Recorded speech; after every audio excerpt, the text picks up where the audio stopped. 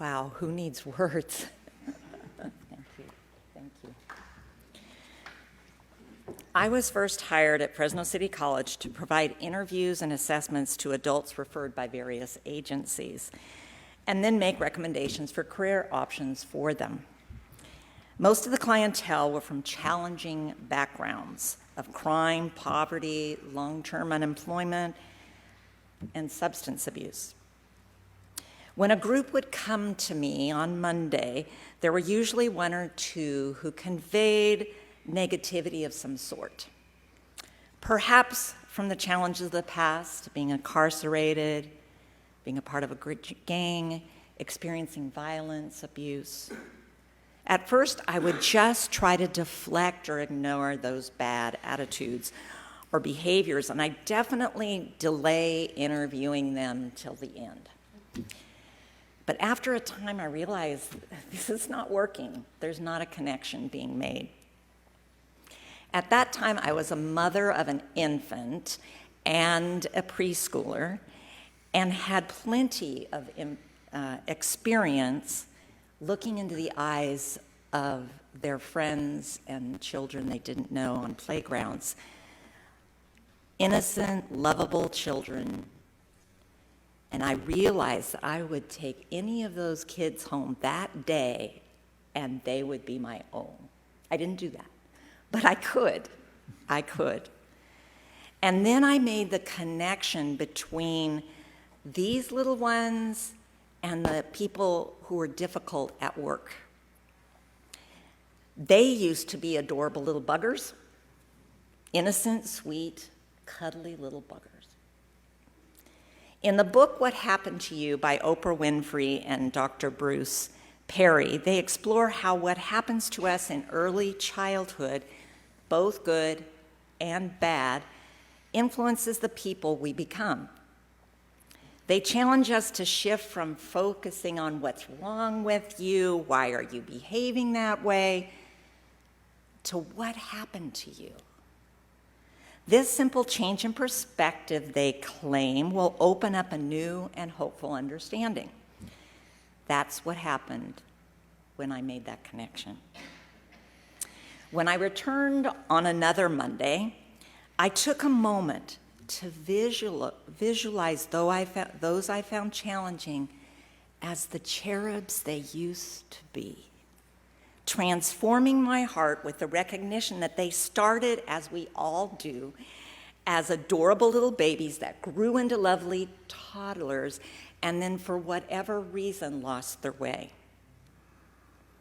Envisioning those difficult folks as they once were connected my heart to their heart and my soul to their soul. Compassion arose and the question within became, what happened to you? The next step in my practice was making certain that I spoke to these folks first. This way I could hear their stories and maybe learned what happened to them. They felt my connection and changed me from judgmental and reticent to concerned, loving, and respectful. I changed, and then my experience with all the clients I serve changed. And I practice this to this day. I don't have clients, but I still have students and just people that I encounter in the world. A mentally tormented person on the street that throws expletives at me was an innocent child. A ranting vigilante who taunts me was an innocent child. I may still react with anger or fear or resentment. I am only human. But then the practice takes me to a place of respect and love. If you are experiencing the same challenges as me, I encourage you to join me in this spiritual practice.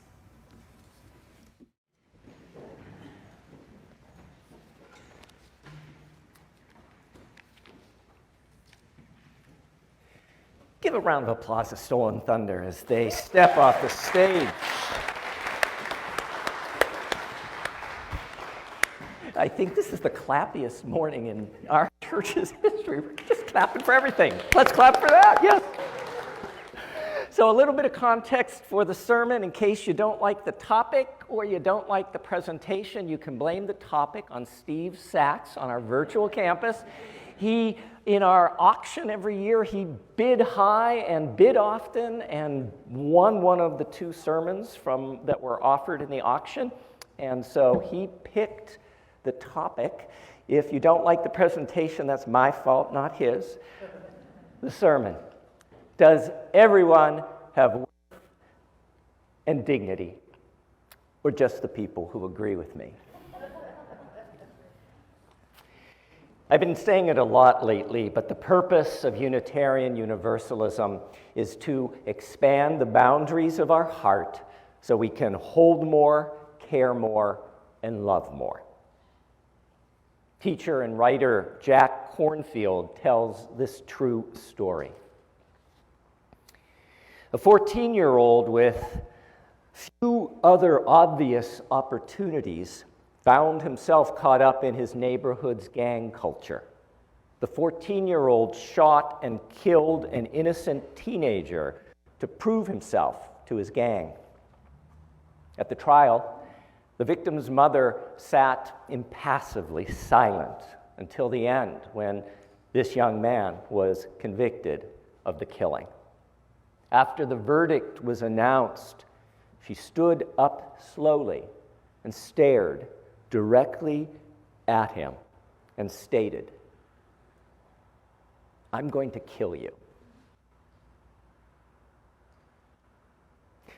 Then the youth was taken away to serve several years in a detention center for juveniles. After the first year, the mother of the slain child went to visit his killer. The boy had been living on the streets before the killing, and she was the only visitor he'd had in that entire year. For a time, they talked, and when she left, she gave him some candy. Then she started, step by step, to visit him more regularly, bringing food and small gifts. Near the end of his 3-year sentence, she asked him what he would be doing when he got out. He had no idea. So she offered to help set him up with a job at a friend's company. She then inquired about where he would live, and since he had no family to return to, she offered him temporary use of the spare room in her house. For 8 months, he lived there, ate her food, worked at the job. Then one evening, she called him into the living room. She sat down opposite him and waited. Then she started. "Do you remember in the courtroom when I said I was going to kill you?" "I do," he replied. "I'll never forget it." "I said I was going to kill you. And I did." She went on. "I did not want the boy who could kill my son for no reason to remain alive on this earth. I wanted him to die. So that's why I started to visit you and bring you things. That's why I got you the job and let you live here in my house. That's how I set about changing you. And that old boy, he's gone.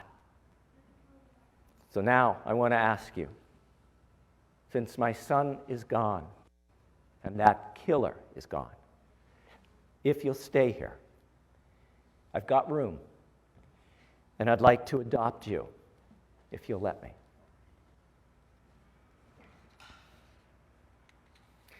That mom, in the midst of conflicted and difficult times, found an almost unfathomable ability to expand the boundaries of her heart, to hold more and love more. But she could do that because the other person softened and changed into someone very different than the fearful and hardening 14-year-old gang member who killed her child. But what happens if the other person doesn't soften, or change? What happens when the other person or people keep doing the same things that are so destructive? What if they continue the harming of the most vulnerable among us? What if they keep deceiving? What if they keep trying to steal elections or destroy democracy? What if they continue to attack voting rights or a woman's right to bodily autonomy? What if they are taking actions that dehumanize trans people or people of color? What if their words or their actions threaten us, terrify us, or trigger us? What if they're the older sister at the Thanksgiving table who will do anything to push our progressive buttons? What if they're our cousin on Twitter who posts the most offensive racist remarks? This is to myself. What if they are our neighbor in a pickup truck with a huge American flag on back? What if they're the parents at the school board meeting shouting about how their liberties are being taken away because their kid needs to wear a mask? What if they, in the words of pen poet Wendell Berry, are the reason despair for the world grows in you, and you wake in the night at the least sound, in fear of what your life, your children's lives, or your grandchildren's lives may be? In those instances,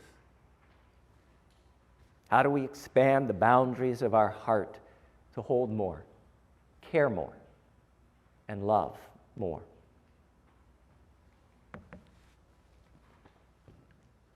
So, truthfully, when we've been emotionally triggered by someone, we can't expand the boundaries of our heart. Because at times like that, we instinctually constrict. When someone's words, actions, or presence makes us feel truly threatened in some way, our instinctual fight or flight response is triggered. Our sympathetic nervous system is activated. Hormones flood our body, our senses are heightened, our heart rate increases, and we automatically shift from thinking with our evolved rational brain, and we shift to react from our primitive reptilian brain. All the good intentions that we have for that not to happen, to stop that from happening, are useless once we're triggered. We can't think our way back to the ability of seeing the other person's worth and dignity because our body is telling us to fight or flee not this person, but this threat. Our rational thinking ability has been taken away by our having been triggered into the fight or flight response. The only way through that is to de-trigger yourself. Let's say that again. The only way through that is to de-trigger yourself. And the news is there's only one way to do that: through your breath, through deepening your breath. Your breath is the only thing that can de-trigger the reptilian brain that has taken hold. Your breath is your only path to peace. Buddhist meditation teacher Thich Nhat Hanh writes, "Peace is all around us." We want to move to that slide. Peace is all around us, in the world and in nature, and within us, in our bodies and our spirits. Once we learn to touch this peace, we will be healed and transformed. It's not a matter of faith, it is a matter of practice. It is a matter of practice. That, dear ones, is why each week we take 3 deep breaths together near the start of our Sunday service. We breathe in peace, we breathe out love. It is a matter of practice. we return to it again and again. The more we practice, the more we develop our innate ability to de-trigger ourselves. The easier it will then be to bring ourselves back to our best selves again, the self that regains the ability to see someone's inherent humanity. We don't need to like them. We don't need to affirm what they are doing, but we need not dehumanize them. We breathe in peace, we breathe out love. It's a matter of practice. Can we practice that now together? I invite us to breathe in peace, to hold a moment, breathe out love. Breathe in peace, hold a moment, breathe out love. One more time, breathe in peace, we hold a moment, we breathe out love. The breath is the only way to return ourselves, once triggered, to our rational mind. Jesus, the wise rabbi from Nazareth, said it plainly. You have heard that it was said, love your neighbor and hate your enemy. But I tell you, love your enemies and offer blessings upon those who persecute you. Anybody can feel warmly about friends, about those whose values or politics or religion are similar. Anyone can extend love to people who love us in return. Anyone can join a church and say, love is the doctrine of this church. El amor es la doctrina de esta iglesia. But can we extend that love to the people who are trying to wound us? 500 years before Jesus, the Buddha talked about the need to train our hearts and minds to affirm the inherent worth and dignity in all people. For the Buddha, it was a matter of practice. Practice what you can't do now, but what you ultimately want to be able to do. Left to our own devices, the Buddha taught, the triggered churnings of heart and mind keep us locked in a pattern of reaction and defense, patterns of seeing people as problems to be solved. There needs to be another way, Buddha said. Besides teaching us to use the in-breath and the out-breath to de-trigger ourselves, the Buddha also taught a simple and challenging technique to expand the boundaries of our heart. He called it metta, the conscious cultivation of loving kindness. Metta is the wish that others will experience peace, well-being, and happiness, no matter who they are, no matter what they have done. Even to our enemy, we say, may you be filled with loving kindness. May you be well. May you be free from suffering. May you be peaceful and at ease. Metta provides a focus for the mind. It literally teaches the mind to think and react in a new way. It breaks the pattern of victimization and blame.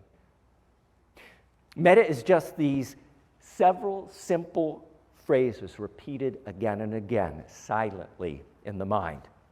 They aren't magic. They're not going to cause your heart to instantly expand.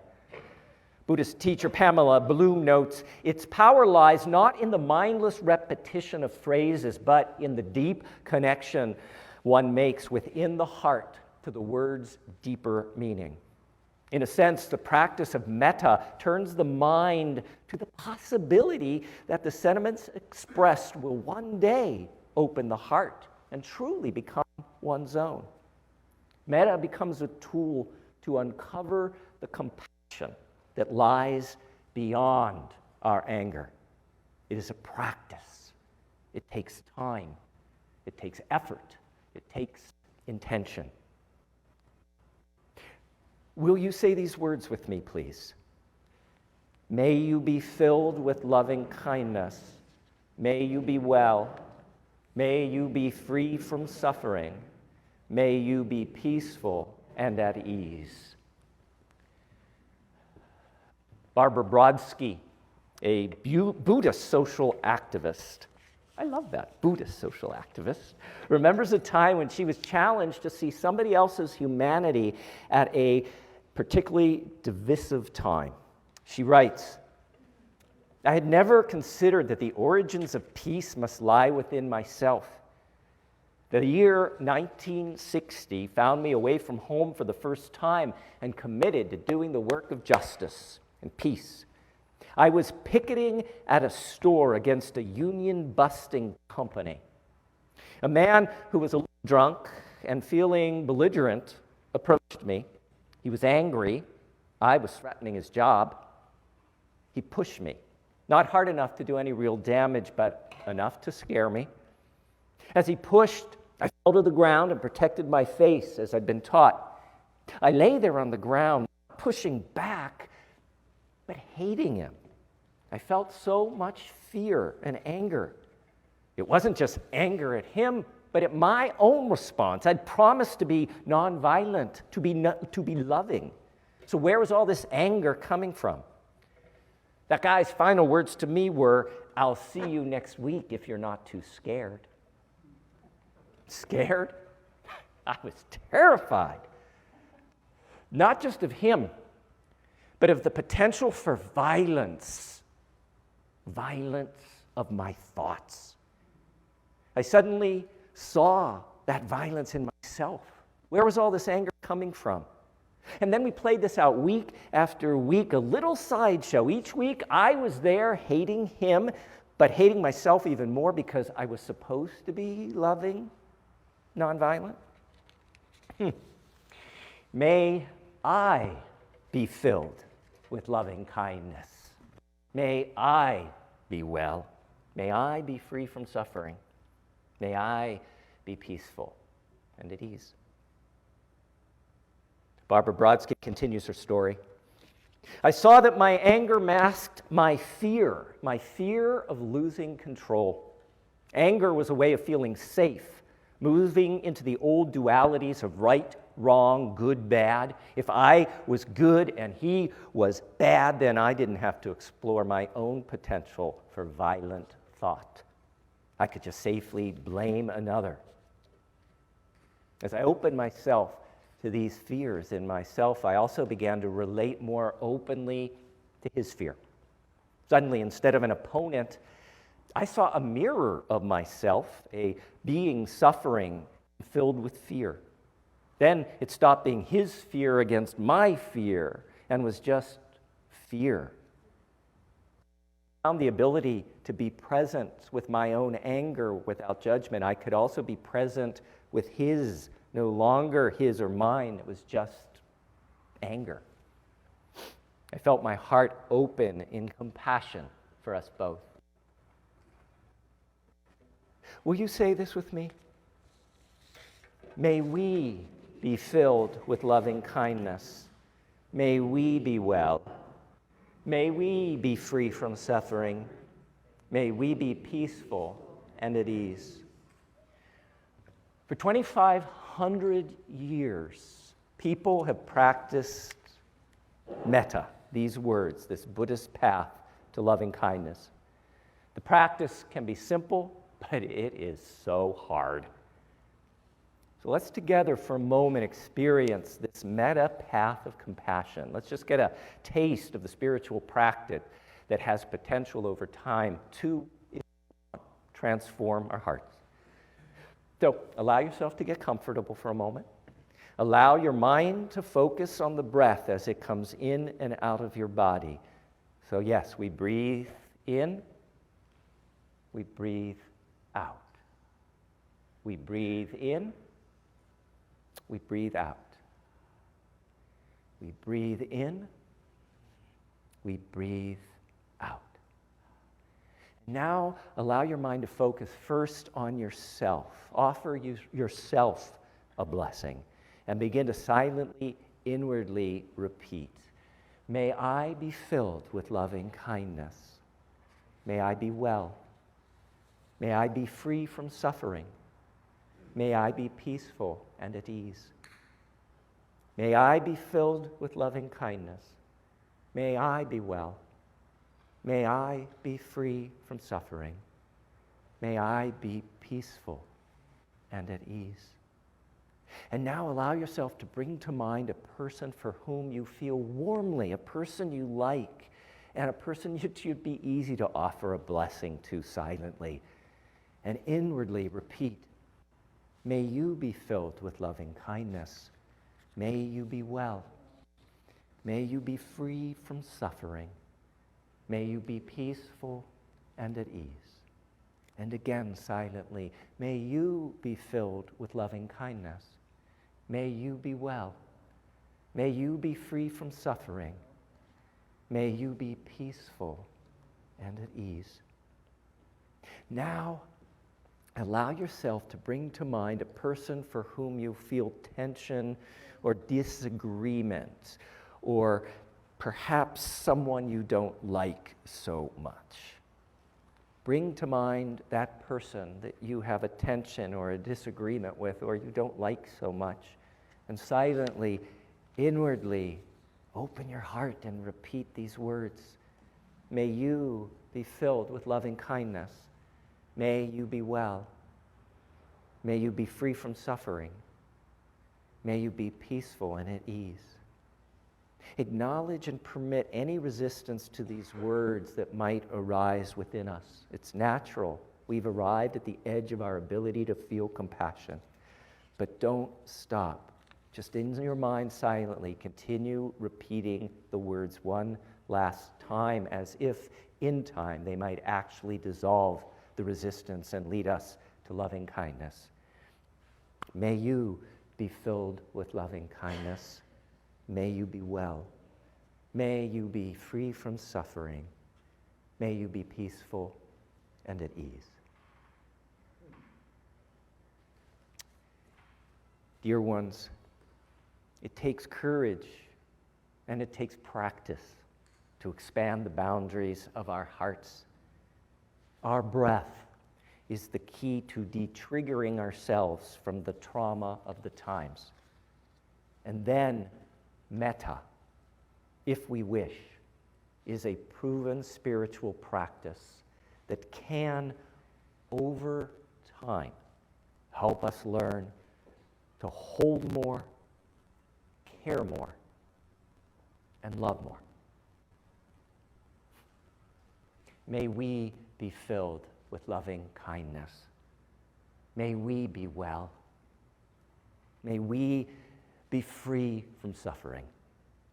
May we be peaceful and at ease. Que así sea, bendito sea. And may it be so. Blessed be. Amen.